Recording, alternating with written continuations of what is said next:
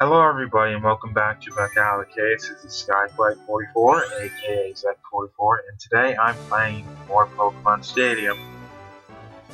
This took a while to get to, mainly because every single time I tried doing this, there were interruptions, and too many interruptions to speak of. But, originally I wanted to do all of Pokemon Stadium before Pokemon X came out. However, that didn't work out.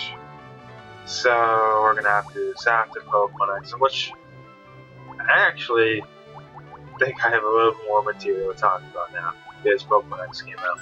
I absolutely love Pokemon X and Y.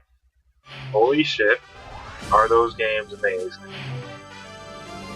It does have one fatal flaw, but I quickly fixed it. It's something that can be easily fixed. How I did it was completely weird and thinking out of the box maybe, but putting a lot more work. The game is way too easy, mainly because of the EXP share. It doesn't work like it did before. Now it actually gives you every single Pokemon that actually fights in a battle gets 100% of the experience. And the other Pokemon that doesn't actually fight gets 50% of the experience it would generally earn from that battle. Now, they don't actually split the experience like before. Now they just get it from the whatever the value would have been for just one Pokemon, and that leads to having a minimum of 350% experience under normal conditions with just an entire party of Pokemon. Now, well, that makes you grossly overpowered throughout the entire game. And in Pokemon, especially after I played that, really got into those challenges. Holy shit, does a few levels mean, oh, a few levels will completely destroy any kind of advantage you have. At the same time, can pretty much set you up for one-hit kills straight down the line. But yeah, that you don't want to have an entirely easy game. There was absolutely no challenge. Then again, I did have a God of War, and even though Team Flare has a pretty good selection of Pokemon, only different types. It's not Team Galactic where the Pokemon were easy to take out. It isn't Team Rocket where they're completely predictable. There's actually a good selection. Too bad that most of the Pokemon that they actually have can be taken out with Gardevoir. Thunderbolt for anything that can't be taken out by Psychic or Dazzling Gleam. But even though the game was too easy, I fixed it. You can turn off the XP share, but why would you waste the experience? That just seems stupid, to be honest. However, actually what I did seems stupid. Instead of turning off the XP share, I started needing 300% of the experience to begin with. Instead of having just 6 Pokemon in my party or on my team, I would actually have 3 teams of 6, and having one corresponding to each and every single type was interesting, to say the least. That and the fact that there was actually when I immediately got this first day, there was no information, movesets or anything online. It was actually really interesting. finding, What'll it do? actually finding out all these new movesets for all these Pokemon, actually getting Pokemon that was 6th gen. I didn't know what moves it was going to learn. I didn't know what stats it was going to have at the very end. And, well, Blowout kind of sucked until I evolved it, and then that thing was amazing. Anyway, What now? Pokemon X and Y, one of the best things about it.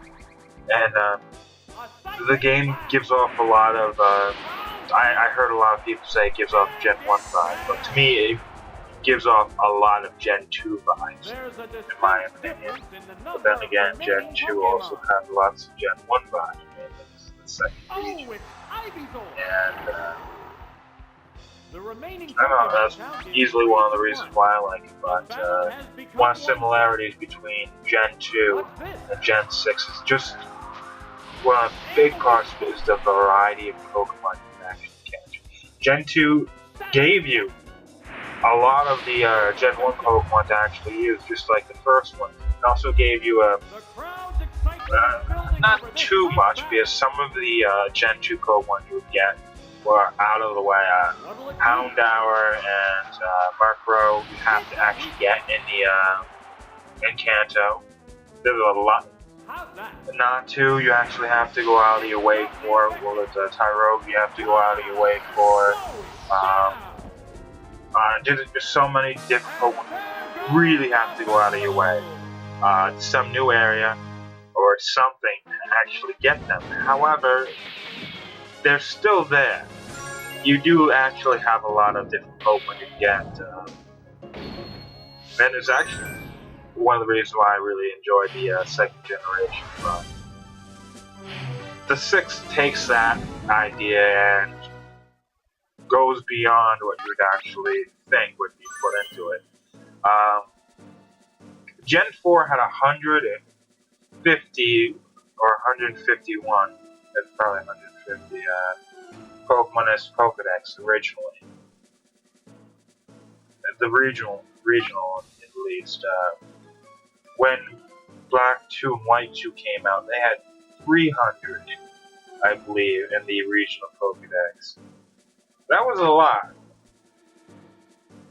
But Gen 4 goes as far as having 3 different regional Pokedexes for the Central, Kalos, Coastal, and Mountainous regions. And there's like 150, 153, and like 151, or some combination of that. That gets up to 454 Pokemon in the actual regional Pokedexes. And this game throws at you evolutionary line after evolutionary line, which I was actually, because you actually get experience from catching Pokemon, and the fact that money in this one is even more of a non-issue than any other Pokemon game I've played so far. I was catching absolutely everything I actually found, and well, maybe not everything I found, but even with the quick little, even just going through quickly, playing as, just going through casually, not looking too far into any of these places and getting any of the rare Pokemon. I had at least 80 different evolutionary lines. Really, really quickly. I couldn't believe it. Just playing through the game, I had like 150 different Pokemon in the Pokedex. But that's not something you generally do in all the other generations. It was just amazing. I had 18 different Pokemon on my team. I still could have, I had plenty to choose from. You have so many Pokemon you can actually choose from. And to tell you the truth, you want Fairy, you could get, well, you can get Ross, you can get Azuru, you can get Lubabe, you can get Sylveon, granted, I don't really remember all the fairy type Pokemon. But in the very beginning, for fighting, you get Riolu, you get Croagunk, you can also get Ralston, get the Gallade later on. Actually, you do get a free Lucario. Or that you get the, what was that little panda thing? You can actually get Pancham? Something. That I don't know the actual name, but Dragon types, you have Axew, you have Gable very early. Damn, I really have to play that game again. I'm starting to get a couple of them. But it's just for a little idea of what I mean by how many different types of Pokemon that you have. And before the first gym and the first gen, you could get what was it? Pidgey, Rattata, Nidoran, both female and male, Caterpie, Spearow, Weedle, Pikachu, and that's about it. In the later games, you could actually get the Mankey, but even then, that's still pretty much only 9 different evolutionary types. And second generation, you can go get a Sentret, Jigglypuff, Geodude, Spearow, Pidgey, Hoot-Hoot, Bloodybug, Spinarak, Weedle, Caterpie, Bellsprout, Dunsparce, I believe, and at least Silver, and Zubat. Oh wow, that's actually 13. Actually, Ghastly, if you say. Yeah, you can actually get a Ghastly as well. Crystal, I believe it. Growlithe. That's like 14, 15 Pokemon right there. I didn't know that Gen 2 actually had so much before the first Gen. But, in Gen 6, you can get, you get to the first Gen so quickly. Yeah, you can actually get, a Pidgey,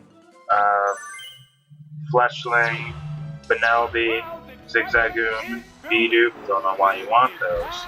But you can also get Scatterbug, Weedle, Caterpie, Pikachu, Pansage, Panpour, Pansear, Riolu,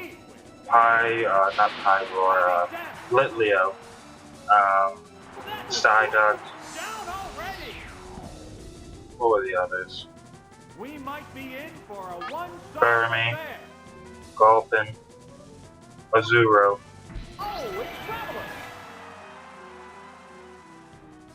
And I believe there might be one more. But even then, that's 18 different evolutionary lines you get right there. And they don't stop giving you them. And for the most part, this doesn't actually happen. This isn't the rule. There are plenty of exceptions, but for the most part, they don't actually repeat evolutionary lines later on. You actually you find a place to house a Ross. You're not going to be finding Curly or Gardevoir anywhere else. If you actually find a place with a Gibble, you're not going to be getting any of these evolutionary lines later on. If you actually go and find Pidgey, you're not likely to find Pidgey you're not going to find it later on for the most part. If you actually find Litleo, it's pretty much one place you can catch it. And wow, actually, Haunter, I believe you can actually find in 3 different places, being one of the weirder of the exceptions to the rules. And actually, yeah, that's actually pretty weird. But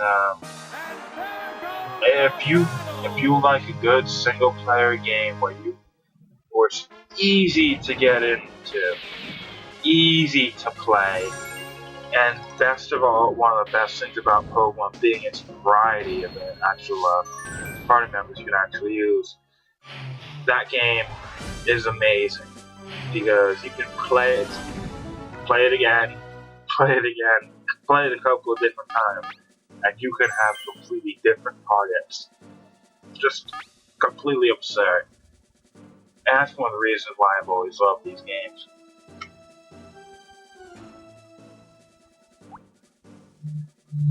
Now let's actually start talking about Pokemon Stadium. I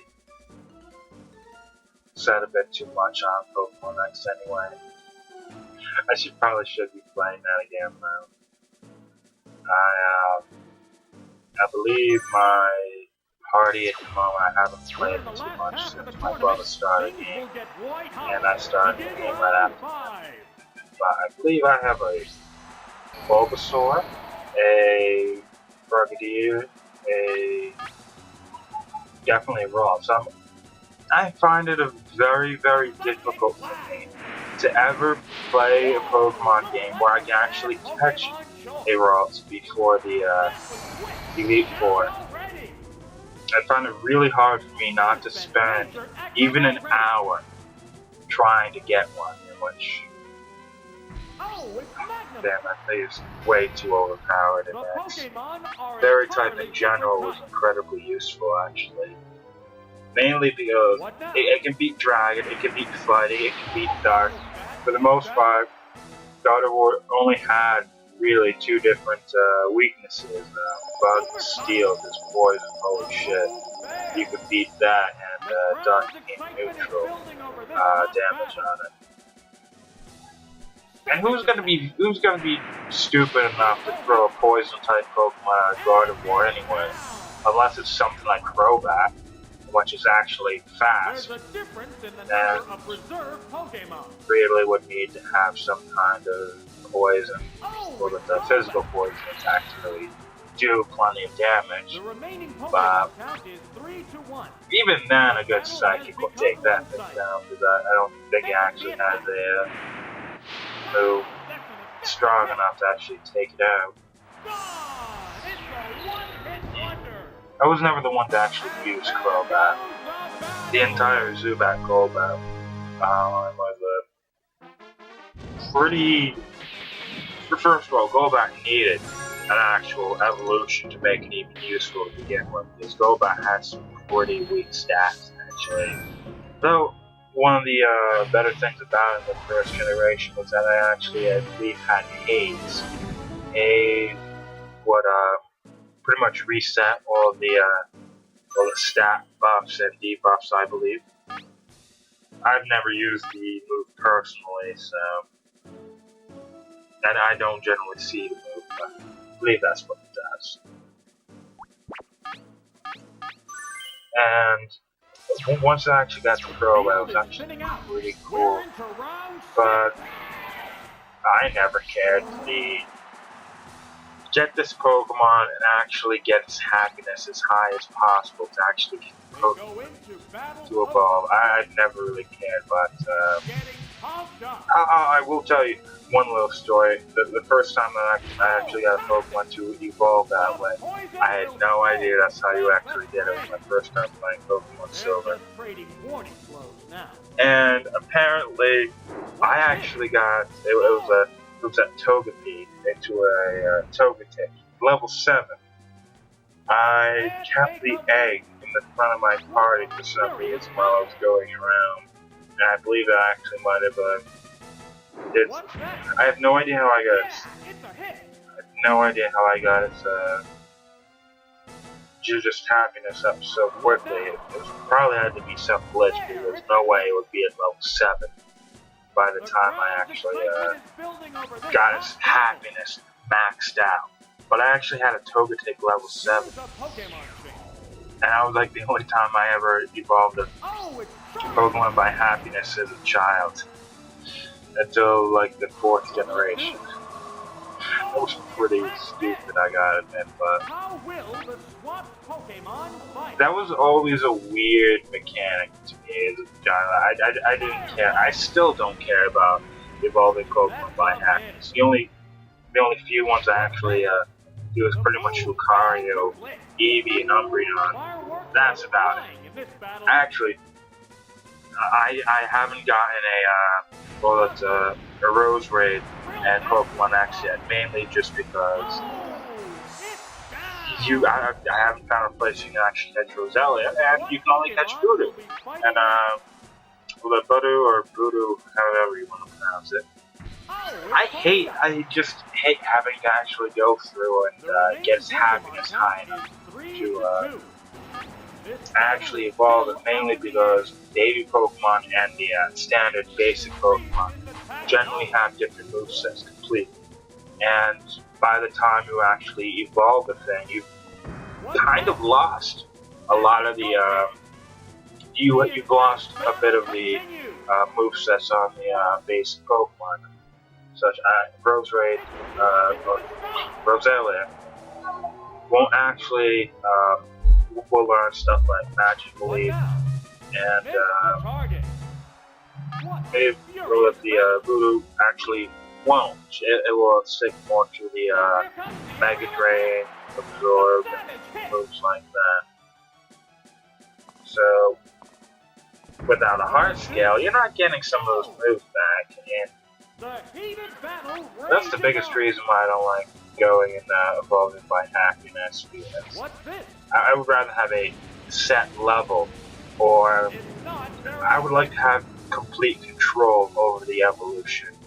Like, even though I don't like trading is by far, because of the entire me being an introvert and not having anybody around except brother to trade with.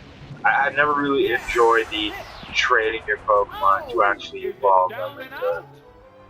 Which one was the 5th generation? There was one Pokemon you actually needed to trade with a certain Pokemon. I believe it was some kind of bug type. You had to trade it with like Shelmet or something, and it would actually evolve. That's just stupid. Having to hold an item and trade a Pokemon was stupid to me. I just don't get why they would, it encourages trading. I can see that, but why?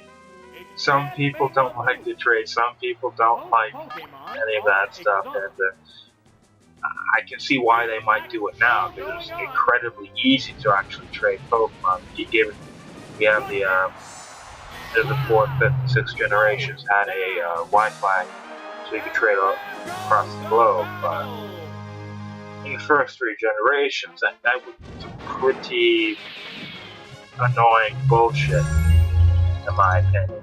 I mean, I've had a Gengar like once, and that was a game of Diamonds. I've used Tanta like 12 times before. I've never used the Gengar more than once. I've used Kadabra plenty of times before. I've only used Alakazam 0 times. Machamp's a little bit different. I've used Machoke very, very few times, but I've used Machamp in the 4th generation. And in, I believe, Pokemon Yellow, because some guy will actually, for some reason, trade to you a Machoke. However, because he traded you a Machoke, you're going to be getting yourself a Machamp. Possibly level 16, because I believe all you need is a Nidorino or Nidorino. And those are easy to get.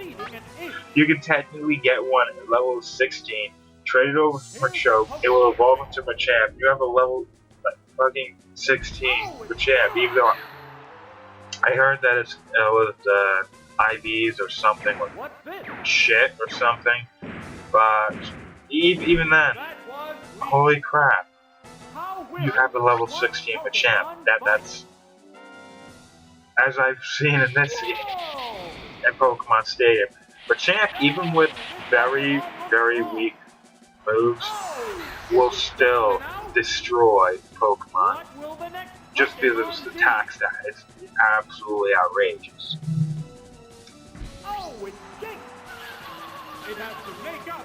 Now, was I screwing around with this? I believe I was kind of screwing around, or I wouldn't have a muck in this game. But I mean, Poison until recently. Poison was absolute shit. I can count on my hand how many times I've used a pure poison type Pokemon. And the only times I really ever use poison types is if I'm using Tentacool, Haunter, any of the many grass poison type Pokemon, or maybe a Beedrill or a Dustox. That's it. Poison types are only good against grass type Pokemon, and even then, grass type Pokemon generally always had poison type, or half of them had poison type along with it. And the first generation, only one of the grass types were not poison. That was Tangela. So why even keep poison type Pokemon, or especially with Psychic being so overpowered, why would you even keep it? If it's good against nothing, Psychic types will rip right through it even faster than it will rip right through anything else. Here comes the aerial attack. Good hit. Wow! Going down. And there goes the battle. Yeah, let's just say that I don't really have any kind of, I'm not gonna say respect, admiration, I don't have any kind of love for poison type Pokemon. Mainly because they've been useless. I do have a soft spot for bug Pokemon, even though they're mostly useless. A couple of them are pretty strong, but for the most part, a lot of them are kind of crappy, and even though I still have soft spot.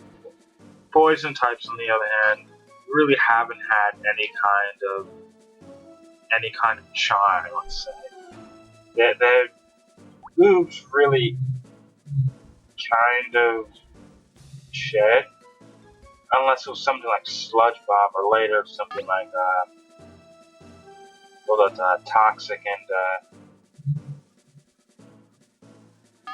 what was that move? Oh well. But in later generations, some of the moves are actually pretty cool.